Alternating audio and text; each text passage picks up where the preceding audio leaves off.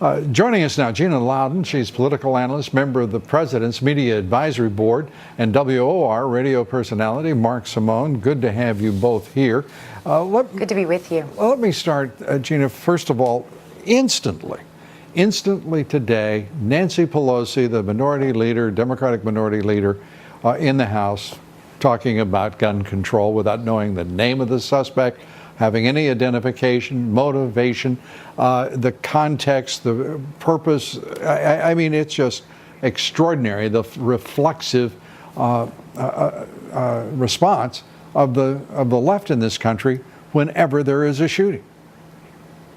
It really is sad, Lou, because, people's lives are completely destroyed today. And her thoughts and prayers should have been with the victims, and she shouldn't have seized upon the opportunity to politicize this. But this is further illustration, Lou, that the left is entirely desperate at this point. Their party is falling apart, and we've seen more and more evidence of this as they've continued to condone heinous acts, heinous words, and just not to take responsibility for conceiving a platform and some candidates for the midterms in 2020 instead of just trying to hurt other people. I don't get it.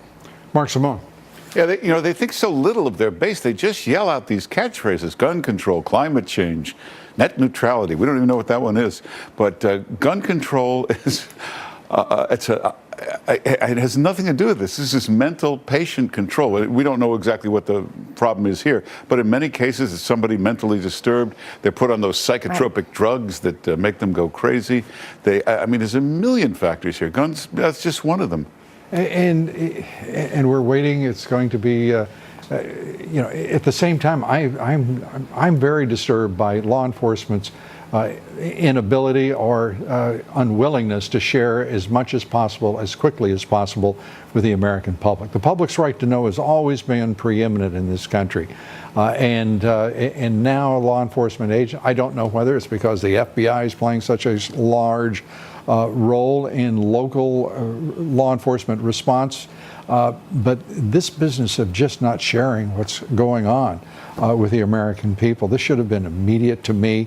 The fact that they have not identified the victims of this shooting, it's deeply troubling. But we're going to be bringing you more on that, and we will, of course, throughout the evening be bringing you more on that. I want to turn now to Justice Kennedy and his announcement of his retirement at the end of next month. The question becomes, how in the world could the left go any more crazy than what we've witnessed in their response? I don't know if we have the Daily News headline. Do we have that up in graphic form? If we don't, let's get it. Here it is. The only thing I could say about that is that the Daily News at least knows who they are. It's just, to me, ridiculous the way in which they have responded. Your thoughts, Gina?